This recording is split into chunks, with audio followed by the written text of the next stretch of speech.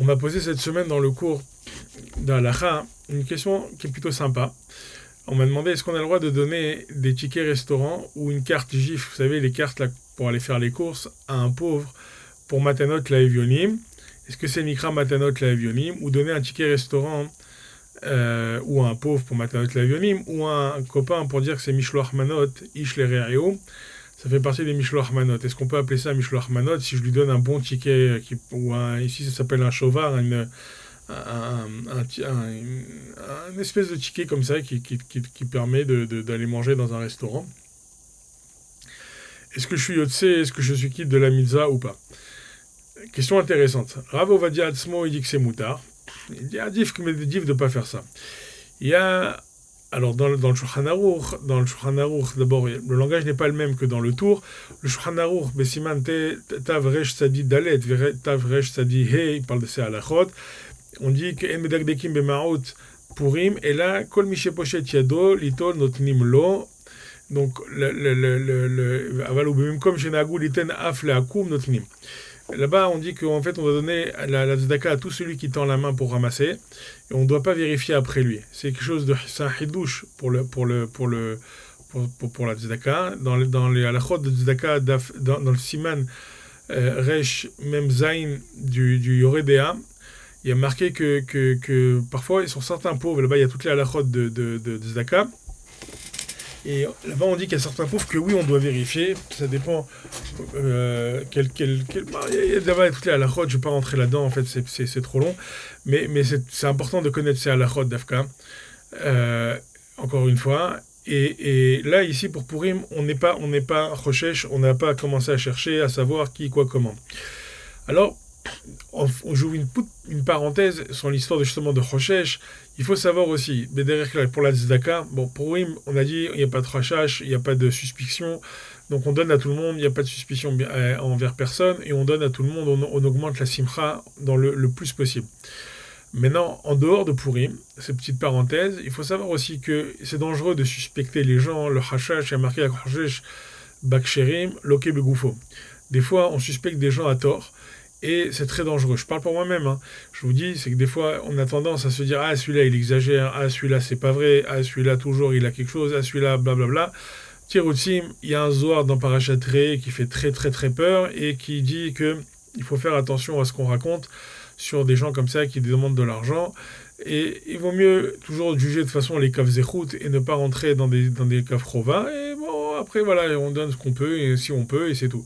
Mais le inyan d'être rochesh à la kshérim, c'est loké begoufo, ça veut dire que quelqu'un il peut prendre des coups sur son corps à cause de ça. Donc c'est-à-dire les isaïrs. Je ferme la parenthèse. Je reviens à notre sujet de Purim.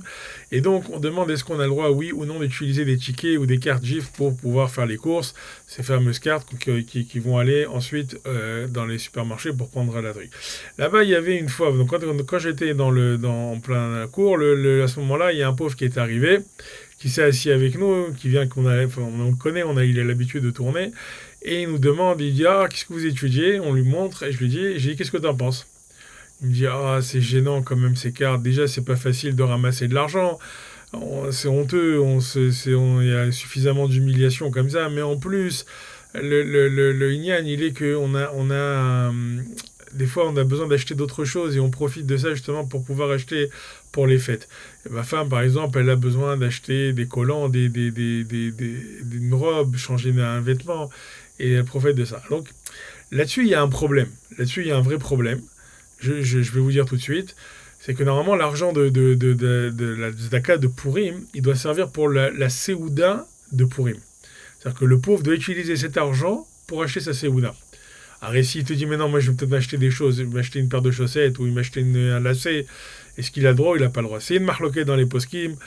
Le tour, là-bas, il ramène cette marloquette avec le Bet Yosef qui dit que le Rif dit qu'il a le droit d'acheter Srochna Alaim, il peut acheter un lacet avec ça.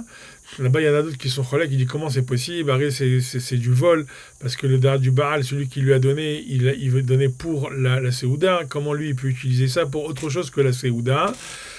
Mais qui source, c'est marloquette. Mais aval, il y a une DA qui dit que oui, des autres qui disent que non.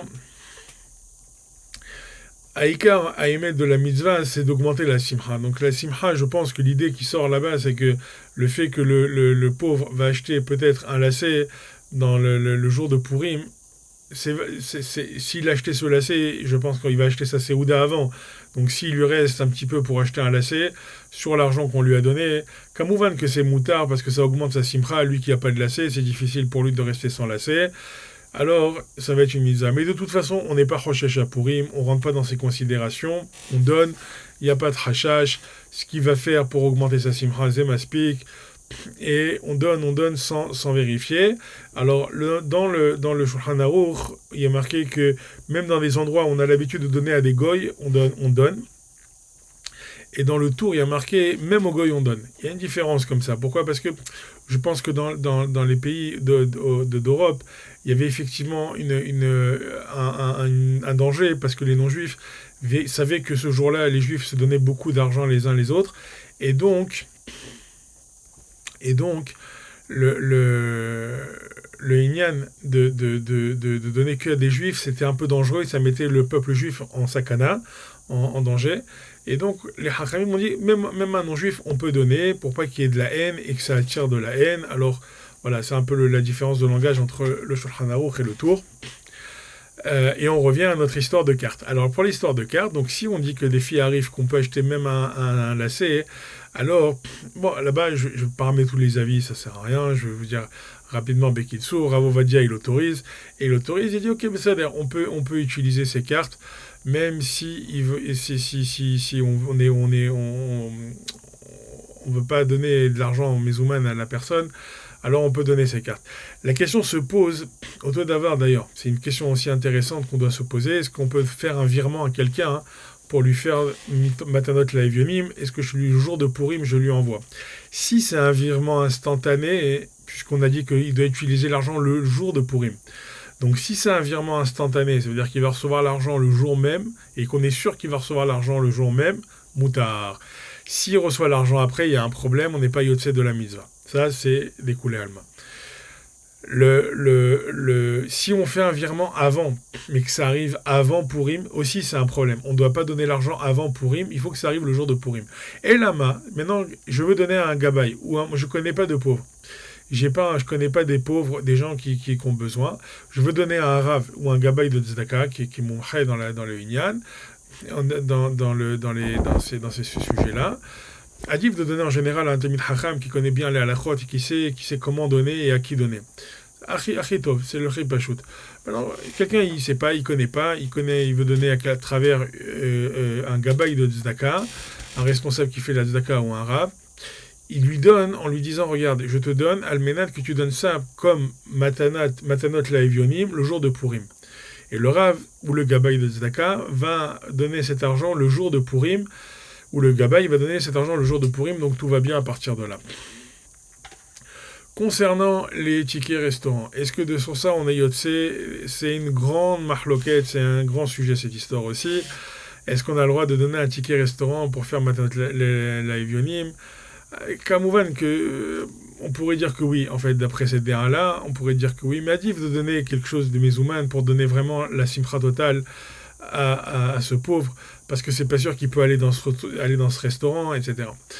Le mieux, celui qui veut, enfin le mieux, c'est pas le mieux forcément, mais en tout cas, une idée qui peut être intéressante, c'est effectivement d'inviter le pauvre chez soi, de partager la simcha, c'est plus compliqué, mais en ce moment-là, on fait une pierre de coups, on a gamme la simcha de l'invité pour lui donner la simcha et qui va partager la seouda, et dans ce moment-là, ça devient mishloach manot, et ça devient aussi matanot la evionim. Et là, la simcha de monter le matanot la evionim. Il y a la mesure qu'on donne en général. Alors, il n'y a pas vraiment de mesure. On dit qu'il faut donner quand même de quoi acheter un repas. C'est le minimum pour le pauvre. C'est-à-dire qu'il doit s'acheter un repas qu'on pourrait acheter dans un restaurant. Je ne sais pas, un sandwich ou un minimum, quelque chose. Je ne sais pas qu'est-ce que c'est. Peut-être 30 shekels. Je ne sais pas, ça fait quoi 10 euros, peut-être, à peu près. Regardez, tout le monde sait à peu près qu'est-ce que ça coûte un repas. Et à ce moment-là, à partir de là, c'est multiplié minimum. Il faut 2 pauvres. C'est le minimum. Après, celui qui peut donner plus, il donne plus.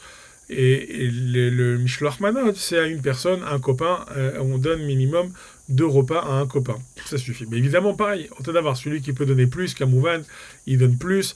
Avant, on s'échangeait carrément les séoudot. Chacun, il dit, viens prendre ma séouda à la même maison. Moi, je vais aller chez toi prendre séouda. C'est comme ça que ça se faisait. C'était pas des petits Mishloach Manot comme on fait maintenant, mais c'était vraiment des gros séoudot qu'on échangeait. Voilà, ça, c'est le principal sur les halachot de Purim, mais on voit que tout le Inyan, il est sur quoi? Sur la simcha de la hardout et de multiplier la hardout et le chesed les uns envers les autres. Et on voit que ça tombe mamash dans la paracha, juste avant la paracha de Trouma, paracha de cette semaine. La paracha de cette semaine, elle est incroyable parce que on commence par parler par la Trouma, on apprend à donner, on dit Vaikrouli Trouma, vous allez prendre de moi pour faire la Trouma. Pourquoi? Parce que c'est Dieu qui donne. C'est Dieu qui donne. Le Tiferet Shlomo Miradom, ce qu'il explique la puissance de donner, comment on donne et la façon dont on donne, et les kavanot, l'état d'esprit dans lequel on donne, c'est un travail dans le ciel qui est très très fort.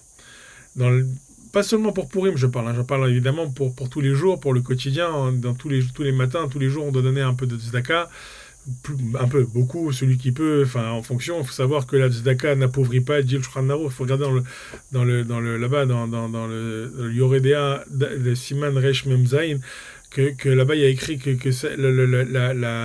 la tzedaka elle appauvrit jamais, elle fait pas de mal, elle est pas niézoc. Une fois il y en a un, il m'a demandé une question, il voulait que j'aille demander à un gadol ou à un rave très grand, une sheila. Et c'était pas une sheila bichlal, c'était même pas une sheila, je savais même pas comment lui dire que c'est même pas une sheila. Il m'a dit, est-ce que je dois être moser nafshi pour donner la tzedaka et faire du chesed? Alors il faut savoir une chose, est-ce qu'il doit sacrifier sa vie pour donner la tzedaka et du chesed? Il y a marqué dans la Gemara, pourquoi? Parce qu'il avait des problèmes d'argent, Kamouvan.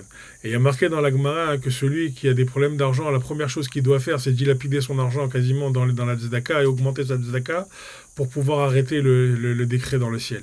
C'est la première chose. Deuxième chose, dans le Shulchan Aruch, et même dans plusieurs endroits dans la Gemara, il y a marqué dans le chasse qu'il y a marqué que la tzedaka ne fait pas du mal, au contraire. Bien au contraire. Elle a une ma'ala qui protège de plein de choses et qui fait que des bonnes choses.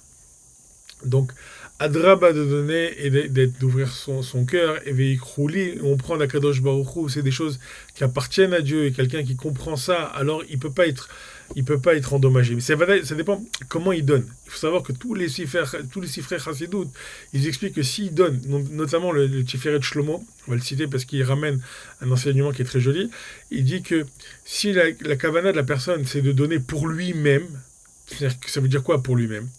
Parce qu'il a un intérêt. Il a un intérêt, ou de kavod, de respect, il va passer pour quelqu'un d'important, ou parce que, je sais pas, il va se dire, il va me rendre service après, ou parce que, ou parce que les gens ils vont le voir et qu'il va dire, ouais, tu vois, celui-là, il va donner parce que il a donné pour avoir la plaque et son nom et avoir, etc., les applaudissements. Tout ça fait que c'est pas une réelle tzedaka, il y a une perte de puissance dans son action. C'est de la tzedaka, oui, mais il y a une déperdition de puissance, on va dire, dans l'action, et donc du coup, ça peut entraîner des dommages. S'il a des dommages dans sa tzedaka, si sa tzedaka lui amène des dommages, c'est que son intention n'est pas bonne, et que sa kavana n'est pas propre. C'est dur, c'est très très dur, c'est très très dur. Mais je répète, le Tiferet Shlomo Miradov qui dit que si quelqu'un il a des problèmes à cause de la tzedaka qu'il donne, il sent que c'est la tzedaka qui le met en difficulté, ça veut dire que sa tzedaka n'est pas bonne. Ça veut dire qu'il ne donne pas d'une façon. Soit il humilie les pauvres, comme ça il est marqué dans le Tiferet Shlomo, soit il fait honte aux gens quand il leur donne, il leur fait bien sentir qu'il leur donne et c'est lui le patron et que c'est pas le bon Dieu. Soit non mais chané, comme on a dit, toutes les trucs. Donc dans ces cas-là, ça va lui donner un dommage. Mais quelqu'un qui donne les Shem Shamaim, quelqu'un qui donne pour faire ce qu'on appelle le Yichud Hashem, pour faire une unité, entre le Ham Israël et avec Akadosh Baruch Hu dans son nom lui-même. Alors celui-là, jamais il verra de dégâts dans sa parnassa, à four, dans son argent, à four, au contraire, son argent il va se multiplier. Je connaissais un monsieur qui donnait beaucoup, beaucoup de tzedaka. Et vraiment, je le voyais sans arrêt donner beaucoup de tzedaka. Je ne vais pas dire son nom. Et un jour, je lui ai posé la question, Beth Mimoud, je sais pas, je devais avoir 11 ans, 12 ans comme ça, et je m'asseyais souvent à côté de lui. Et je lui ai demandé, j'ai dit, mais dis-moi, je vois, tu donnes tout le temps, tout celui qui vient, qui te demande, tu lui donnes, tu lui donnes. T'as pas peur un jour que t'as plus d'argent? Il a éclaté de rire, il m'a fait un câlin et il m'a dit, tu connais un exemple qui est extraordinaire. Je vais vous le redonner parce que je pense qu'il est kédaï. Surtout pour nous les Tunisiens, on va comprendre cet exemple, ce machal. Il m'a dit, tu connais l'amlochia?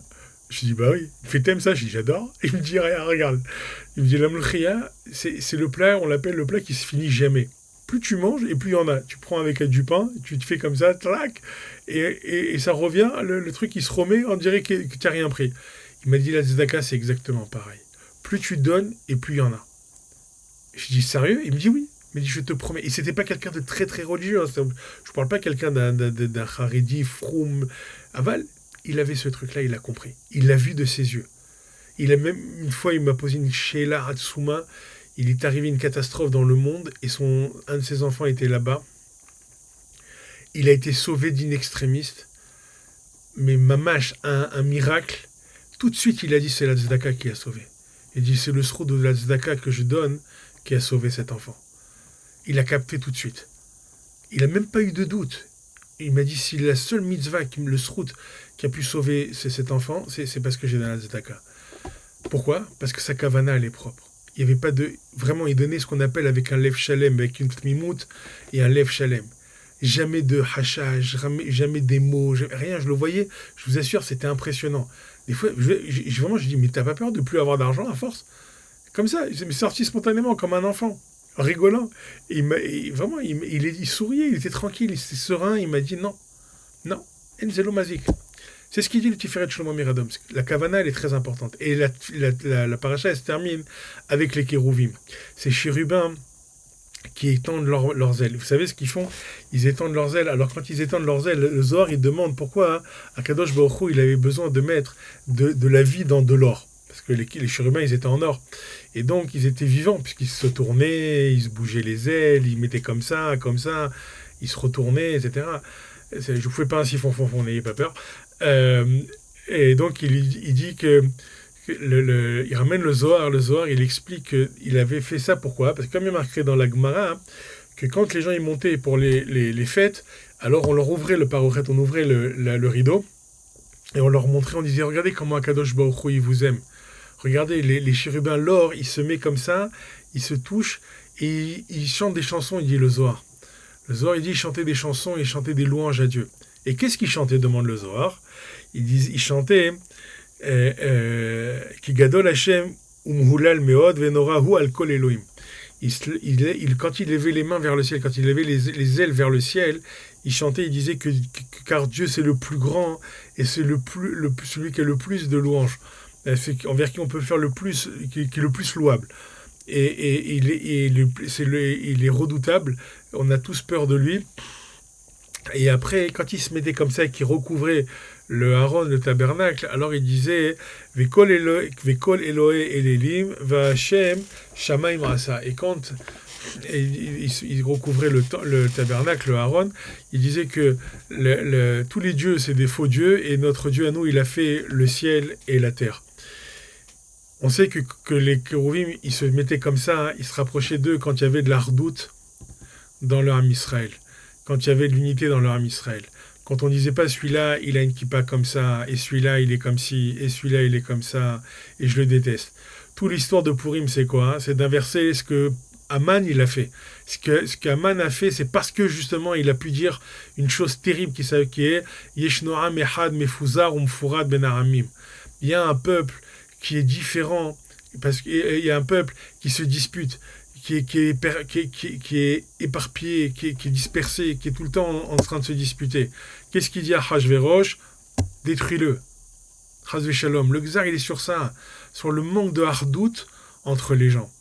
Mais quand il y a la hardout, alors il ne peut plus rien arriver.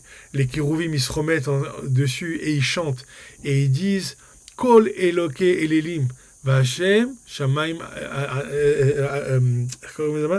Il y a marqué Kol Elohei Amim Elelim, Va Hashem Shamayim Asa. En fait, tous les dieux, tout est faux, sauf Akadosh Baruch Hu, puisque c'est lui qui a fait la terre et le ciel.